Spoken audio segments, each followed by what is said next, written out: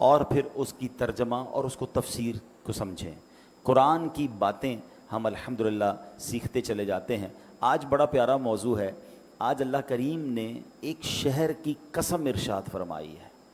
اب رب کریم قسم ارشاد فرمائے. پہلے تو ایک بات یاد رکھیں کہ اللہ کریم جو فرمائے وہ حق ہے. رب سے زیادہ کون سچا ہے اس رب کریم.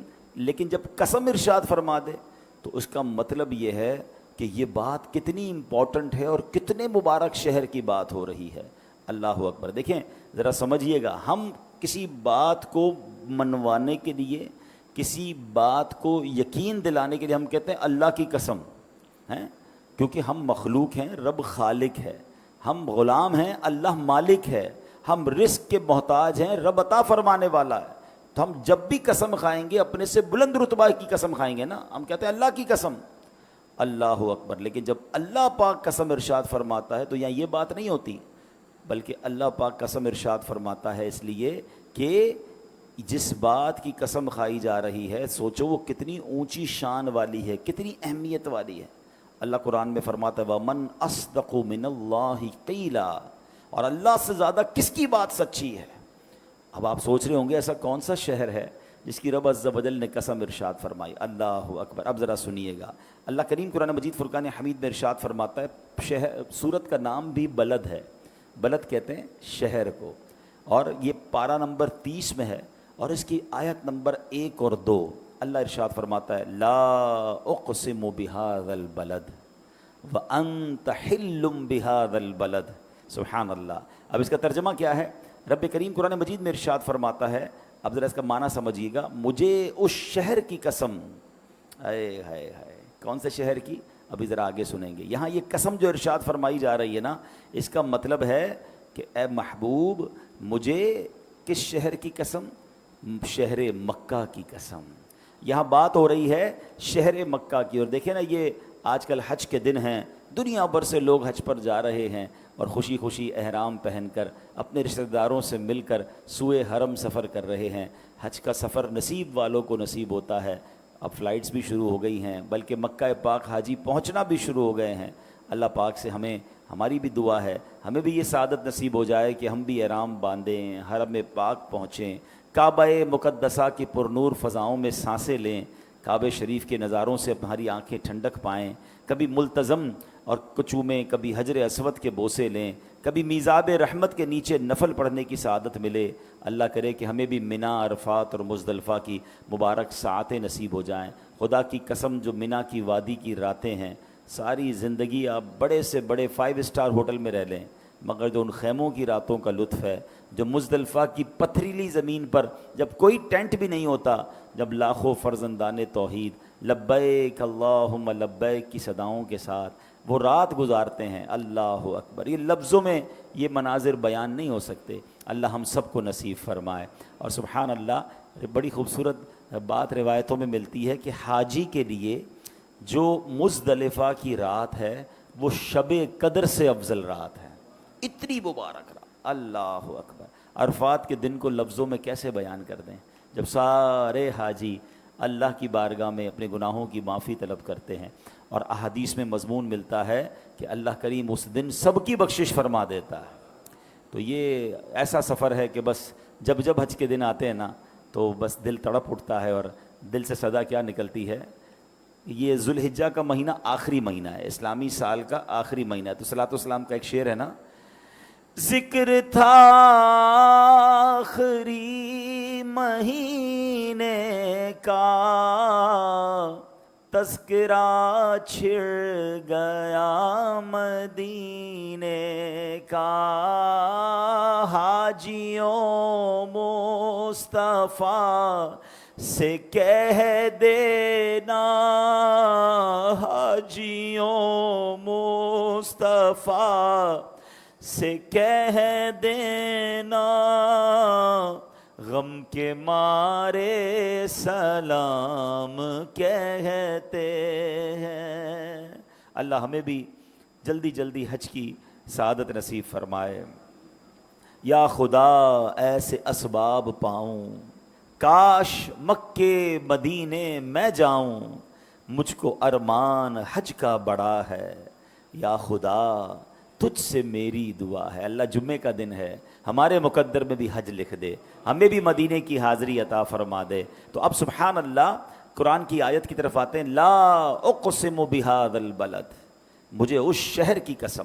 اس آیت میں اللہ کریم نے مکہ پاک کی قسم ارشاد فرمائی ہے. تو اب ذرا غور کیجئے کہ جب رب قسم ارشاد فرما رہا ہے یہ کتنا مبارک شہر ہوگا. اچھا, اب شہر مکہ کی قسم جب ارشاد فرمائی تو ہو سکتا ہے کسی کے ذہن میں سوال آئے کہ واقعی یہ تو بڑا مبارک شہر ہے, وہاں کعبہ ہے, وہاں حجر اسود ہے, وہاں مکہ میں نبی پاک کی ولادت گاہ ہے, وہاں جناب حضرت ابراہیم علیہ الصلوۃ والسلام نے اس شہر کو اپنایا, مقام ابراہیم ہے, وہاں حجر اسود ہے, وہاں منی, عرفات, بہت کچھ ہے.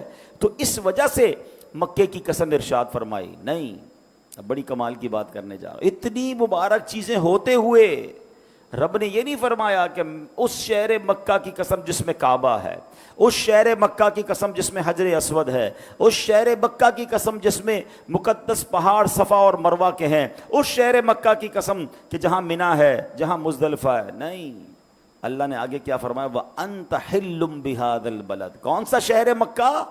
جبکہ تم اس شہر میں تشریف فرما ہو. اے محبوب آپ اس شہر میں ہیں, اس لیے شہر مکہ کی قسم.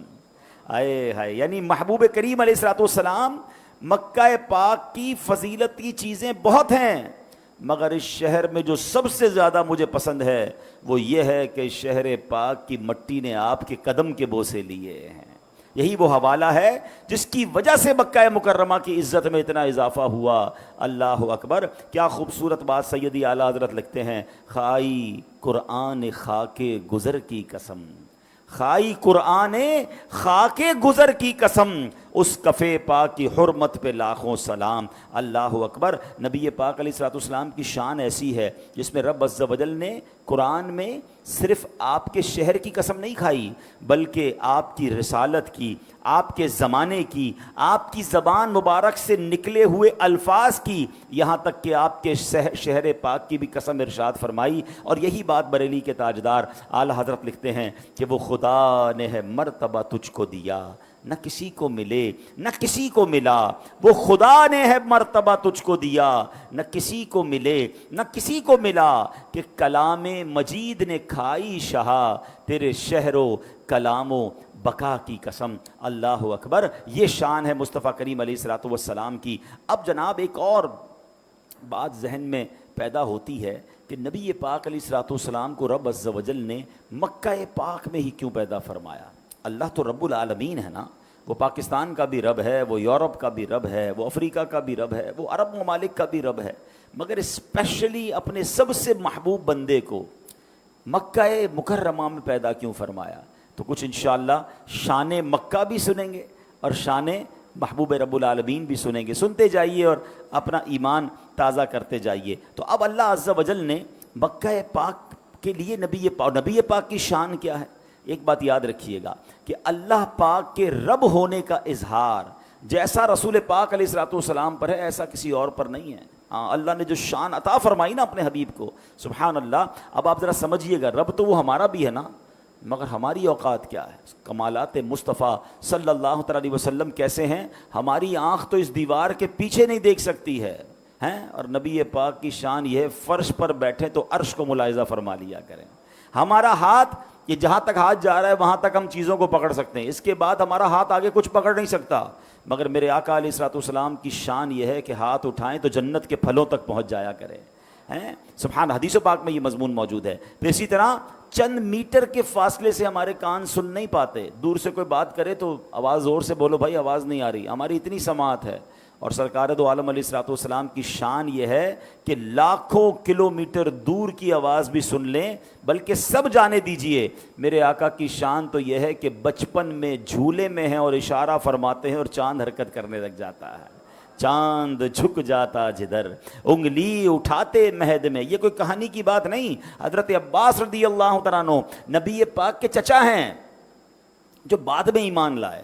وہ کہتے ہیں میرے ایمان لانے کی ایک وجہ یہ بھی بنی کہ حضور جب آپ جھولے میں تھے نا، میں نے آپ کو دیکھا آپ جب جھولے میں ہوتے تھے اور جدھر انگلی اٹھاتے تھے میں دیکھتا تھا چاند آپ کے اشارے پر حرکت کرتا تھا۔ اچھا یہ ایک اور خوبصورت بات، ذرا بڑی لطیف سی بات ہے، مثال دیتا ہوں۔ ہم اب بڑے ہو گئے، ہمارے کوئی چچا، کوئی تایا، کوئی بزرگ گھر پہ آئیں اور وہ آ کے ہماری بچپن کی شرارتیں ہمیں بتائیں، ہیں تو بعض اوقات تو ہم شرمندہ ہوتے ہیں کہ آپ کہہ رہے ہیں واقعی ایسا کیا ہوگا میں نے، لیکن مجھے تو یاد نہیں ہے، ہمیں یاد نہیں ہوتا، اور بعض اوقات وہ شرمندہ بھی سب کے سامنے ہمیں کر دیتے ہیں ہماری کوئی الٹی سیدھی بات بتا کر۔ تو بہرحال نہ بتایا کریں بھائی، سب کے سامنے بچے تھے، ہو گئی ہوگی غلطی، لیکن اگر وہ ہمیں کوئی بات بتائیں تو ہمیں پتہ نہیں ہوتا، یاد تھوڑی ہوتا ہے بچپن میں ہم نے کیا کیا کیا تھا۔ حضرت عباس نے پیارے آقا علیہ الصلوۃ والسلام کو بتایا، کب بتایا؟ جب 40 سال کی عمر میں نبی پاک اعلان نبوت فرما چکے، اس کے بعد ہی مسلمان ہوئے نا حضرت عباس۔ 40 پلس ایج میں نبی پاک سے حضرت عباس کہہ رہے ہیں کہ آپ جھولے میں نے دیکھا تھا، آپ جدھر انگلی اٹھاتے تھے ادھر چاند حرکت کرتا تھا۔ تو پیارے آقا نے یہ نہیں فرمایا کہ میرے چچا مجھے کیا معلوم اس وقت کیا ہوتا تھا، آپ نے فرمایا جی میں چاند سے باتیں کرتا تھا، وہ مجھ سے باتیں کرتا تھا۔ صرف اشارہ نہیں، سرکار دو عالم علیہ الصلوۃ والسلام کی شان جھولے مبارک میں یہ تھی کہ چاند کی آواز سن لیا کرتے اور چاند سے گفتگو فرمایا کرتے۔ ایسے ہی نہیں، اعلیٰ حضرت نے شعر لکھا کہ چاند جھک جاتا جدھر انگلی اٹھاتے، مہد میں کیا ہی چلتا تھا، اشاروں پر کھلونا نور کا۔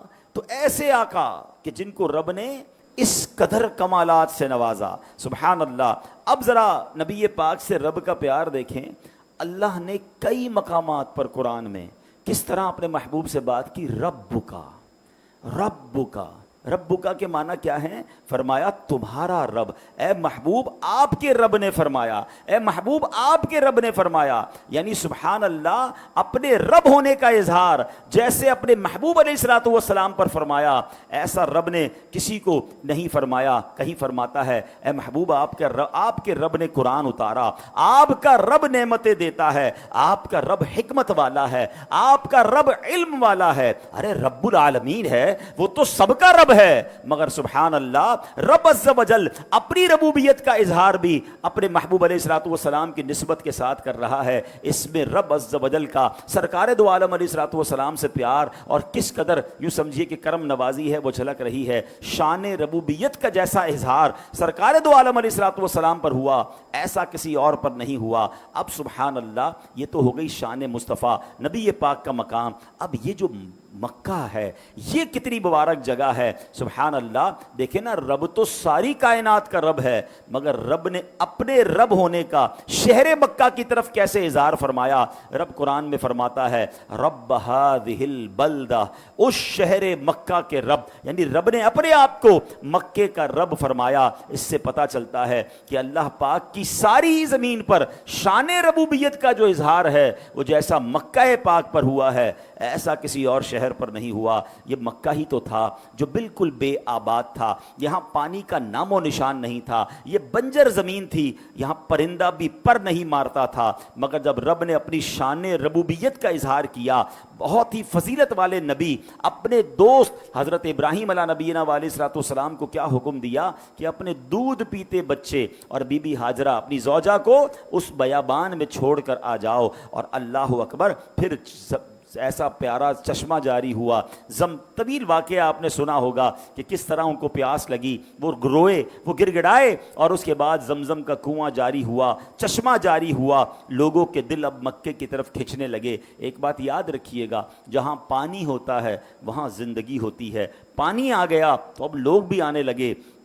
اور پھر اب کیا حال ہوا، اللہ نے کیسی شان ربوبیت کا اظہار کیا کہ جہاں مکے میں پرندہ پر نہیں مارتا تھا، آج حال یہ ہے کہ کروڑوں لوگ وہاں جانے کو ترس رہے ہیں۔ کبھی کبھی گورنمنٹ کو روکنا پڑتا ہے کہ بھائی اب ویزا نہیں ملے گا، اب پورا شہر فل ہو چکا ہے، اب جناب تھوڑے عرصے بعد کوٹا دیا جائے گا۔ اندازہ کیجئے یہ رب نے کیسا آباد کیا، اپنی شان کا کیسا نظارہ ہمیں دکھایا کہ اب سال کا کوئی دن، کوئی لمحہ ایسا نہیں ہوتا جب طواف جاری نہ ہو، مکہ آباد نہ ہو۔ اللہ اکبر۔ تو اب ذرا سوچئے کہ ایک ایسی شخصیت شخصیت ہے کہ جس پر شان ربوبیت کا سب سے زیادہ اظہار ہوا، ایک ایسا شہر ہے جس پر رب نے اپنی شان ربوبیت کا سب سے زیادہ پوری دنیا میں اظہار کیا، تو رب نے پھر اپنے محبوب کو مکہ مکرمہ میں پیدا کیا۔ اس سے اندازہ ہوتا ہے کہ مکے کی شان کیسی ہے۔ لا اقسم بہذا البلد وانت حل بہذا البلد، کیا فرمایا رب نے؟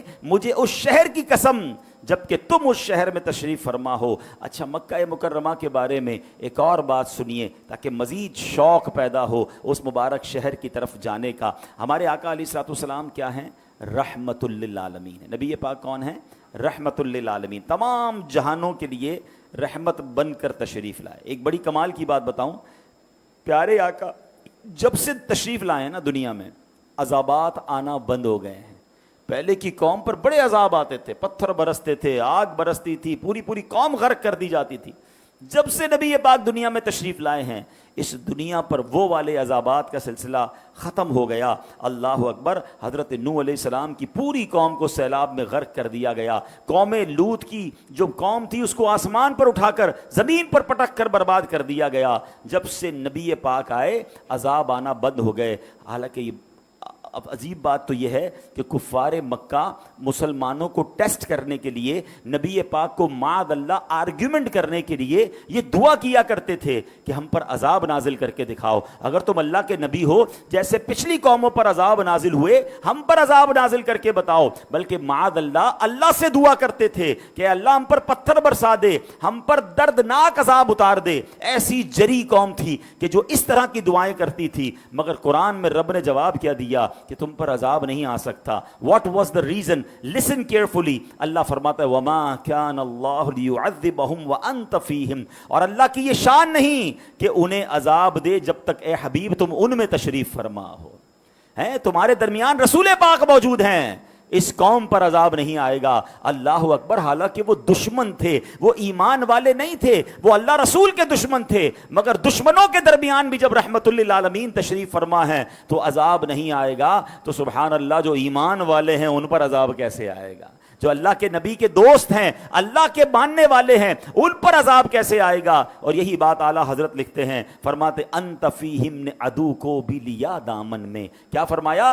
وما کان اللہ لیعذبہم وانت فیہم، ارے ان پر عذاب کیسے آ سکتا ہے محبوب، تم ان کے درمیان ہو۔ وانت فیہم نے عدو کو بھی لیا دامن میں، عدو کہتے ہیں دشمن، حضور آپ ان کے درمیان تھے تو دشمن بھی بچ گیا، تو پھر دوست کا عالم کیا ہوگا؟ ذرا خوبصورت شعر سنیے گا، انت فیہم نے عدو کو بھی لیا دامن میں، عیش جاوید مبارک تجھے شیدائی یہ دوست۔ ارے جو نبی پاک کا شیدائی ہے اس کو تو پھر دنیا اور آخرت کی برکتیں مبارک ہوں۔ یہ تو وہ رحمت للعالمین ہے کہ جن کی وجہ سے دشمنوں پر عذاب نہیں آتا، تو جو ایمان والے ہیں وہ دنیا میں بھی خیر میں رہیں گے اور آخرت میں بھی خیر رہیں گے۔ اللہ ہمیں ایمان پر اور نبی پاک کی غلامی پر استقامت نصیب فرمائے۔ تو اے میرے پیارے اسلامی بھائیوں، اب آئیے، قاضی عیاض رحمۃ اللہ تعالی لکھتے ہیں مکہ پاک کیسا برکت والا ہے۔ ایک مرتبہ حضرت سعدون خولانی رحمۃ اللہ تعالی کے پاس کچھ لوگ آئے اور بتایا کہ فلاں قبیلے نے ایک شخص کو قتل کیا، پھر اس کی لاش کو آگ لگا دی، مگر حیرت کی بات یہ تھی کہ رات گئے تک اس کا جسم آگ میں رہا، مگر اس کی جسم پر آگ نے کوئی اثر ہی نہیں کیا، یہاں تک کہ اس کا سفید رنگ جو تھا وہ بھی آگ کی جلنے کی وجہ سے ویسا کا ویسا ہی رہا، رنگ بھی کالا نہیں ہوا۔ بڑے حیران ہیں ہم کہ آگ کیوں اثر نہیں کر رہی اس بندے پر۔ سعدون خولانی رحمۃ اللہ تعالی نے فرمایا اس مرنے والے شخص نے 3 حج کیے ہوں گے، جا کر چیک کرو۔ معلومات کی تو پتہ چلا کہ ہاں اس نے تو 3 حج کیے ہیں۔ تو انہوں نے فرمایا مجھے یہ بات پہنچی ہے جو بندہ 1 حج کرے اس نے اپنا فرض ادا کیا، دوسرا حج کرے اس نے اللہ پاک کی بارگاہ میں قرض پیش کیا، اور جس نے 3 حج کیے اللہ پاک اس کے جسم اور جسم پر اگنے والے بالوں کو جہنم پر حرام فرما دیتا ہے۔ تو یہ مکہ پاک ہے، یہ حج ہے، یہ اللہ کی عبادت کے صلے ہیں، اللہ ہمیں یہ نصیب فرمائے۔ اب یاد رکھیے حدیث پاک میں ہے کہ جب قوم سمود پر عذاب آیا تھا نا، ان بدبختوں نے حضرت صالح علیہ السلام کی اونٹنی کو جب ذبح کر دیا، حضرت صالح کی بات نہ مانی تو ان پر عذاب آیا، تو اس عذاب نے پوری قوم کو ہلاک کر دیا، نوبڈی لیفٹ، سب مارے گئے، ایک شخص بچ گیا۔ صحابہ کرام کو بڑی حیران ہوئی کہ حضور وہ کون ہے، وہ کیسے بخش گیا؟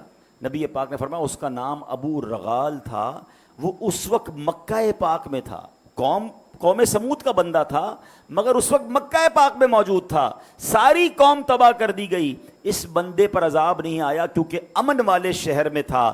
فرمایا لیکن جیسے ہی وہ مکہ پاک سے باہر نکلا اس کو عذاب نے گھیر لیا اور وہ بھی ہلاک ہو گیا۔ جب تک مکے میں تھا رب کا عذاب نہیں آیا۔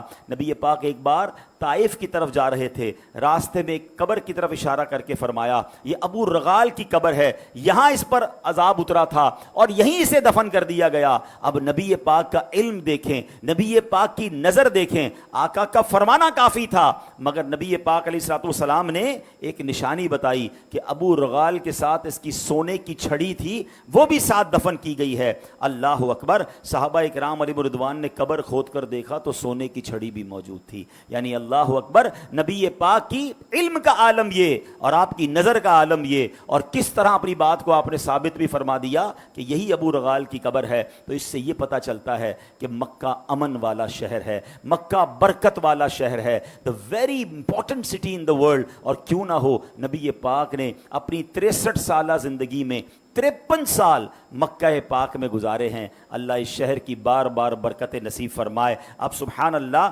چونکہ حاجی حج کو جا رہے ہیں، میں ذرا تھوڑے سے حج کے فضائل بھی بیان کر دوں، اور اس میں میری ایک اور نیت بھی ہے کہ یہاں بھی بہت سارے ہو سکتا ہے ایسے لوگ ہوں، میری وائس جو ویڈیو دیکھ رہے ہیں اس میں بھی ایسے لوگ ہوں جن پر حج فرض ہو چکا ہے اور جو حج نہیں کر رہے یا ڈیلے کر رہے ہیں۔ یہ اہم فرض ہے، اس میں تاخیر نہیں کرنی چاہیے۔ پہلے فضیلت سن لیں۔ اللہ کے حبیب علیہ الصلوۃ والسلام فرماتے ہیں جو بندہ کعبہ شریف کا حج کرے اس دوران نہ فحش باتیں کرے نہ ہی گناہ کا کام کرے۔ یہ بھی بڑا پرابلم ہے، حج بھی کرتے ہیں گندی باتیں بھی کر رہے ہوتے ہیں، حج بھی کر رہے ہوتے ہیں لڑائی بھی کر رہے ہوتے ہیں۔ یہ نہیں کرنا، یہ دو کنڈیشن یاد رکھیں، فحش باتیں نہ کرے، گناہ کا کام نہ کرے تو رجعا کا یوم ولدتہ امہ، وہ ایسے لوٹ جائے گا جیسے آج ہی ماں نے اس کو جنا ہے، یعنی آج ہی پیدا ہوا ہے۔ اس کا مطلب یہ ہوا اس کے پچھلے سارے گناہ معاف کر دیے جائیں گے۔ ایک اور جگہ نبی پاک فرماتے ہیں، بخاری شریف کی حدیث ہے، العمرۃ الی العمرۃ کفارۃ لما بینہما، اے عمرہ کرنے والوں تمہیں بھی مبارک ہو، اللہ توفیق دے تو جایا کریں۔ ادھر ادھر ساری دنیا گھومنے جاتے ہیں، نہیں جاتے تو مکہ پاک اور مدینہ طیبہ نہیں جاتے۔ سنیے حدیث پاک، بخاری کی حدیث ہے، ایک عمرہ دوسرے عمرے تک کے درمیان کے گناہوں کا کفارہ ہے۔ والحج المبرور لیس لہ جزاء الا الجنہ، اور مقبول حج کی جزا صرف اور صرف جنت ہے۔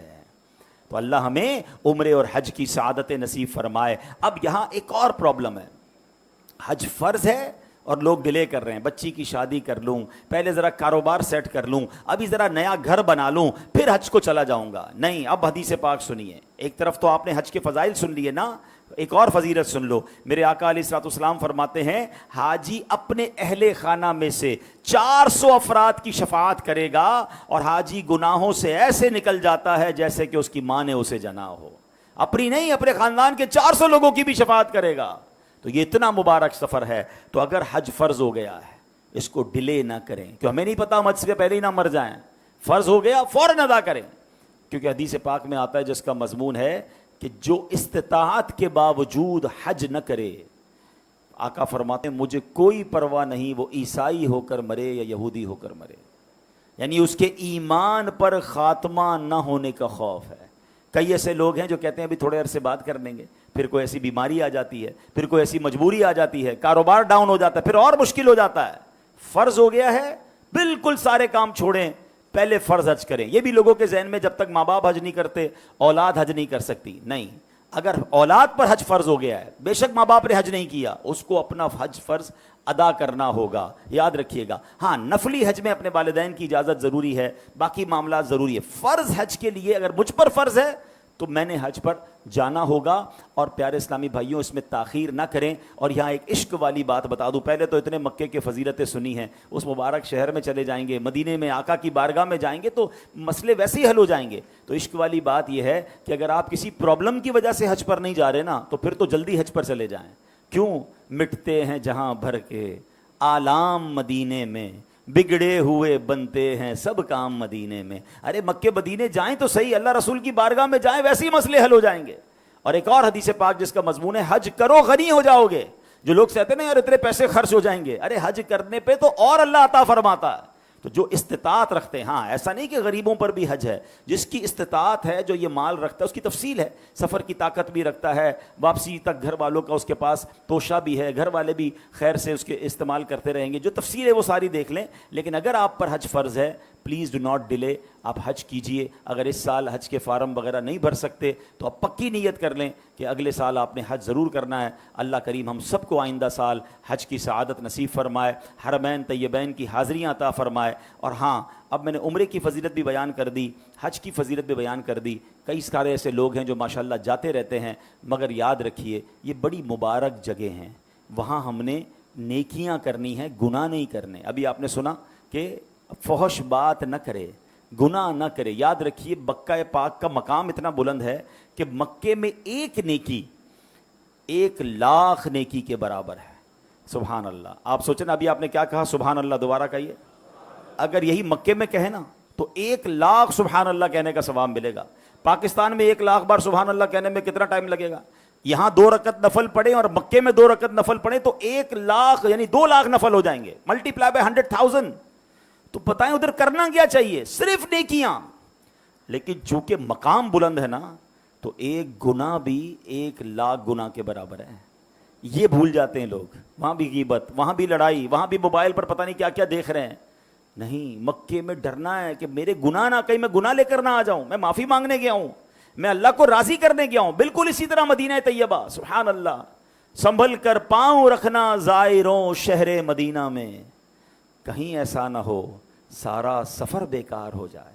تو اللہ آپ کو بار بار حج اور عمرہ نصیب فرمائے، مگر ادب کے ساتھ جائیے گا، عبادت کے لیے جائیے گا. اور مکے میں تو وہ عبادت ہے جو پوری دنیا میں نہیں ہو سکتی، خاص طور پر طواف کعبہ ہے. پوری دنیا میں کعبہ تو ایک ہی جگہ ہے نا، تو وہاں طواف کریں، عمرے کریں، حرم پاک میں وقت گزاریں. یہ ہوٹلوں پہ، شاپنگ سینٹر میں لوگ پورا دن باہر گھوم رہے ہوتے ہیں. 1-8 گھنٹے کے لیے مسجد نبوی شریف میں، 2 گھنٹے کے لیے گئے حرم شریف میں گئے، باقی سارا دن باہر. نہیں، ہم اس لیے نہیں گئے، اللہ نے بلایا ہے تو اس سفر کو اپنی مغفرت کا سفر بنائیں. اللہ کریم ہمیں بار بار سفر کرنے کی توفیق عطا فرمائے. ماشاء